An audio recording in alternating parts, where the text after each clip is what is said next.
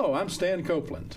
And I am Dee Dee Jones, and we both get to pastor this amazing church at Lovers Lane United Methodist Church here in Dallas.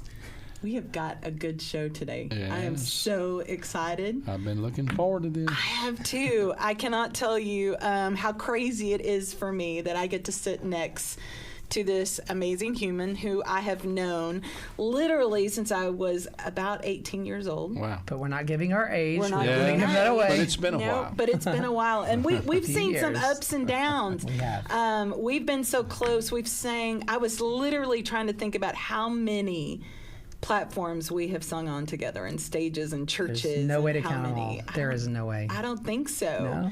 No.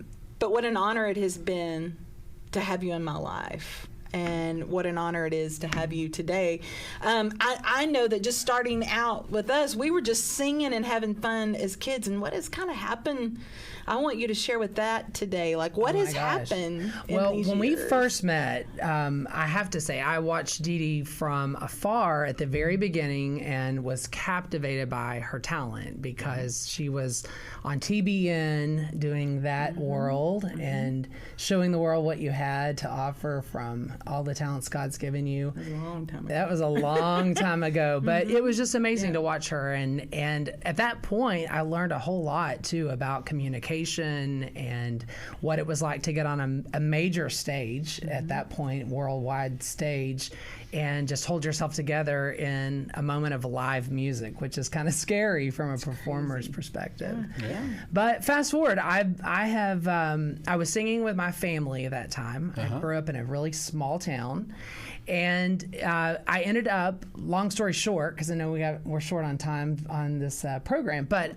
the long story short is I ended up in Nashville after touring for most of my young adult life in a gospel group. I was on, I can't even count, probably 10,000 or more stages in that period of time, traveling about 300 days a year, doing a full-time worship schedule, full-time ministry schedule.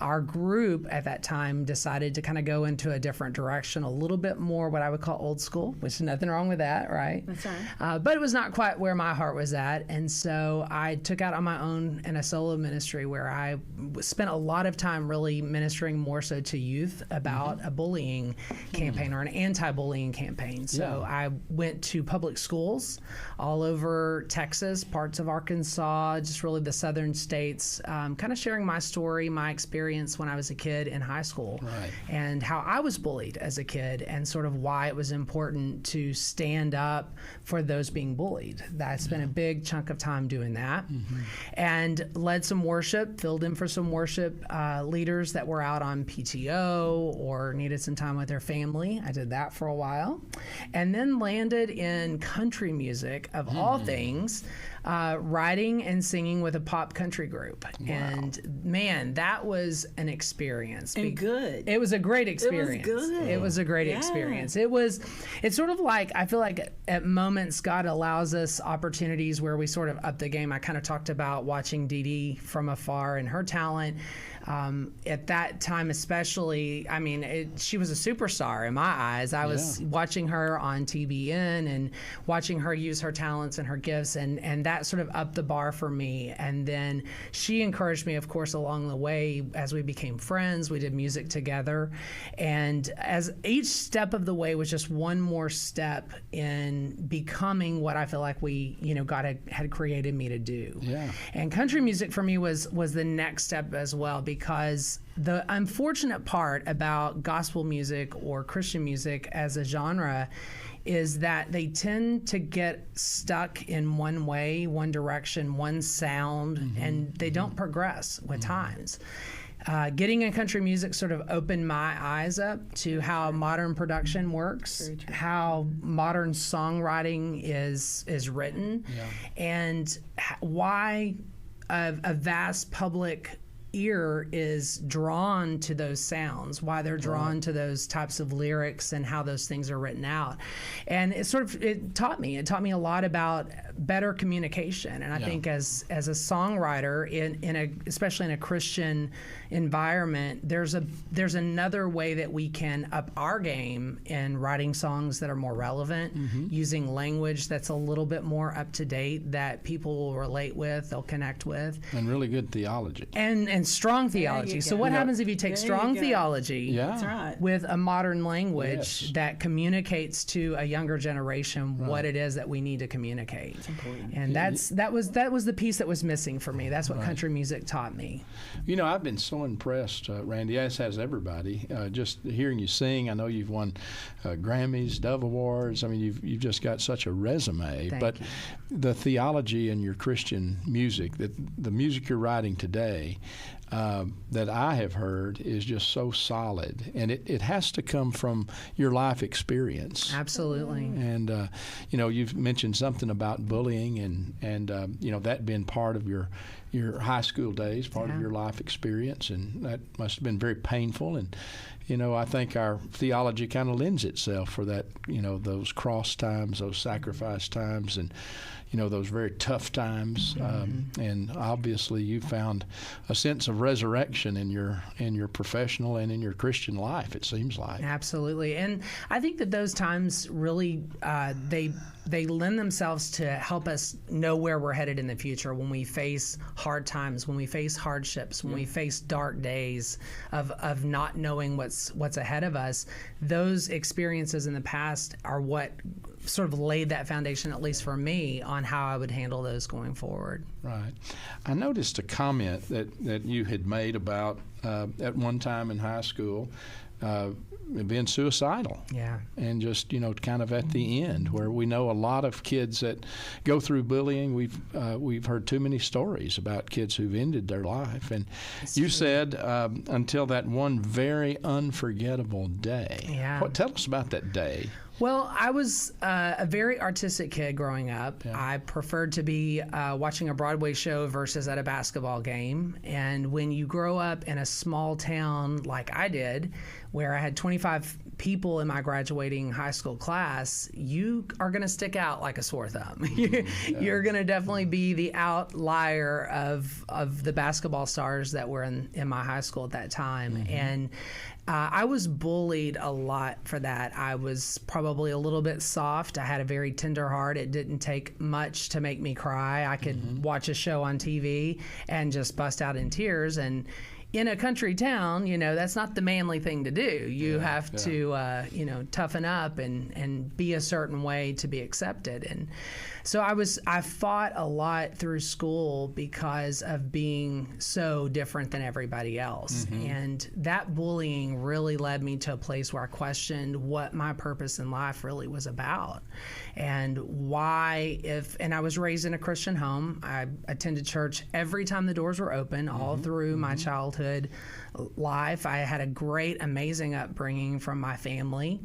But I kind of question at moments, God, if you're real, if this exists, if you exist, why am I having to fight this? Why do I feel so different? Why do I have feelings that are not like everybody else's feelings? Why do I love art so much and nobody else that are boys like art like I do in this school?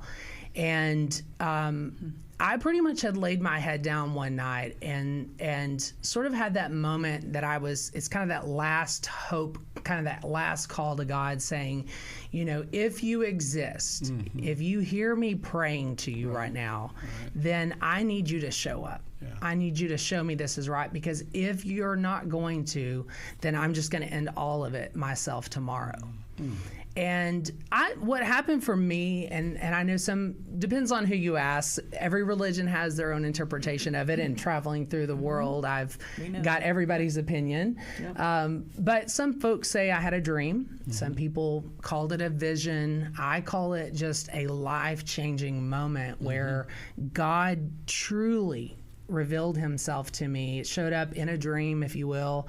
And I was walking down streets of gold. I had my head just kind of hung down, amazed that I was on these streets of gold. And about that time, a man walked up right next to me, and on the top of his feet, I saw scars. And so I knew at that moment, I get almost choked up even thinking about it because it was so real for me. At that moment, I knew I was in the presence of Jesus.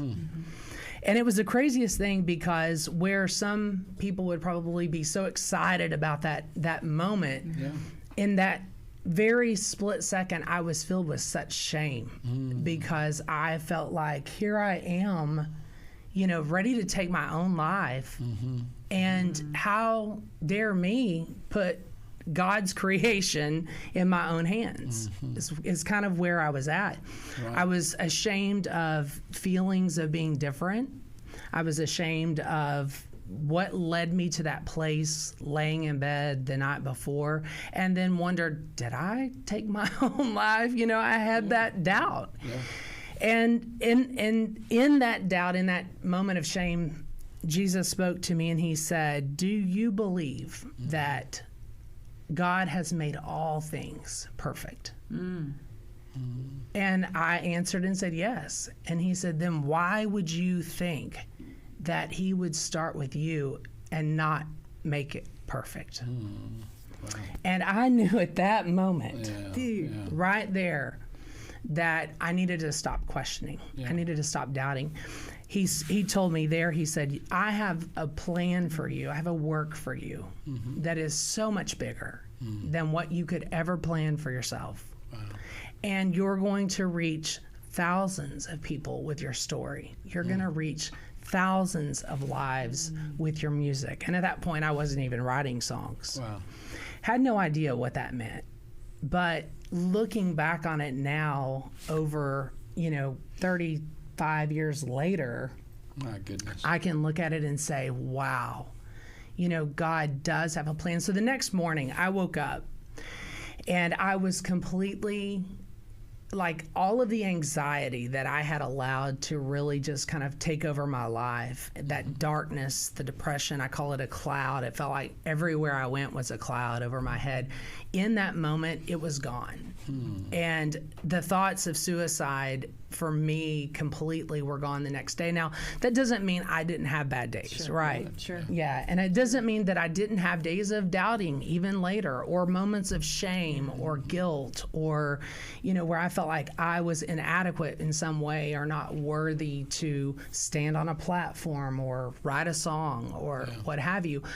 But in those moments for me, when I have those doubts, when I have the feeling of guilt, when somebody tries to guilt me, I think back to that moment for me that changed my life forever. And I remember what God spoke to me, which was life. Yeah.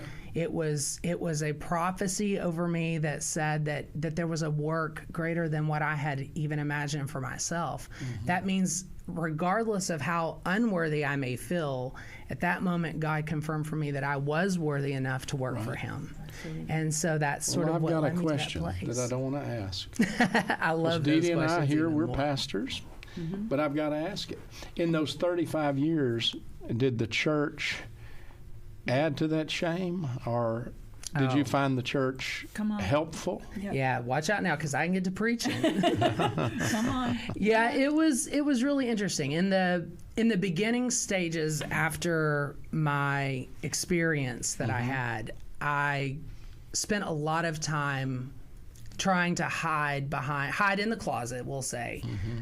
All of those rules, all of the man-made rules that exist that say, you shouldn't, women shouldn't wear pants, or, you can't have purple hair, or you can't, you can't live a certain lifestyle and do a work for God. It doesn't exist. It took a lot of undoing. Kind of moralistic kind of things. Yeah, a very moralistic. It took a lot of undoing of bad doctrine and bad theology that got me to a place where I realized, okay, I'm not the crazy one here. I think they might be. And so the church at the beginning was supposed to be a safe haven. It's supposed to be the place you go to where God's love clearly can be found in Christians and in fellow church members, and they're supposed to lend a hand to somebody that's having a down moment, or a hug to somebody that needs a hug at the moment. I didn't find that. I found more rules. I found, I found love that had circumstances that behind it, like there was a condition for that love.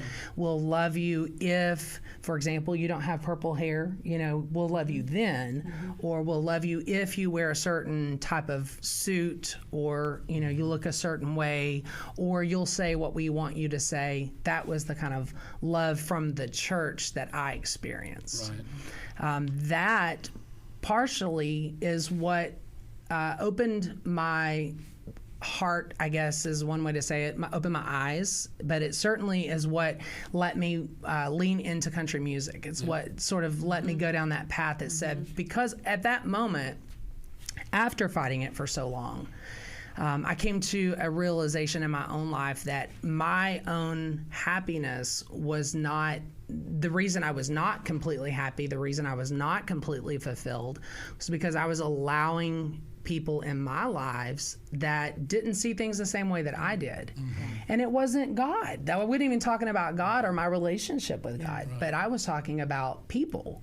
And I had to decide at that point, if I can't get on the same page, and if more importantly, we can't see eye to eye about love and what unconditional love is supposed to look like as we're called to love, then I would have to make other changes and get rid of some people in my life. I am really glad you found your way here some months ago, because you've been singing and people are just so in awe. You're drawing people so close to God through your gifts, your talents. I'm honest. I am honored to be here. I am honored to find a place where I did walk in the door and on day one felt love. Yeah. And that's not easily found in a lot of churches, and I've been to a lot. Yeah. Well, we're glad you're here. Thank you. And you're loved and greatly appreciated here. Thank you. And I know you must feel that. Oh, absolutely. Every day. Every time I'm here, I feel that. Well, we are so very blessed to have you, Thank Randy. you very much. And Dee Dee, you've had a good friend all these years. Yes. And the two of you together leading worship is just, it's an awesome experience. Yeah. Thank you. Yeah. So we're glad that you've been here with us, and we're certainly glad that Randy's been here. We'll have to have you back, Randy. I would love it. I've got a few more questions I need to ask. Let's do it.